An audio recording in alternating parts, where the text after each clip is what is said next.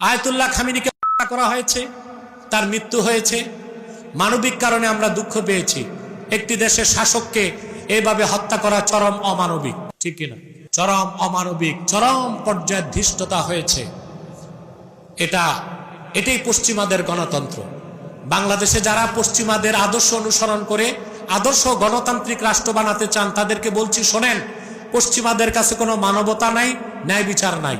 তারা কতটা জঙ্গলি মতো যে সকালবেলা অঘোষিতভাবে হামলা করে খামিনি ও তার লোকজন করেছে। আমরা এটার নিন্দা জানাই। আমরা চাই ধ্বংস হয়ে যাক। তবে ইরান যেন আরব বিশ্বের অন্যান্য রাষ্ট্রে অন্যায়ভাবে হামলা না করে, সেটা আমরা প্রত্যাশা করি। যেখানে যেখানে মার্কিন ঘাঁটি আছে সেখানে হামলা করা হোক, এটা আমরা চাই।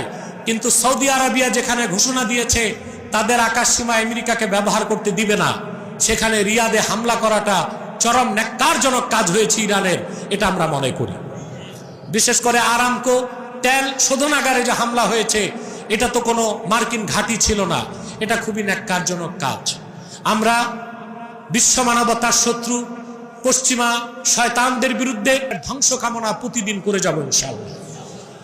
নিরীহ মানুষ ইমানের সাথে যারা মৃত্যুবরণ করেছে, আমরা আল্লাহর কাছে তাদের শাহাদাত কামনা করি।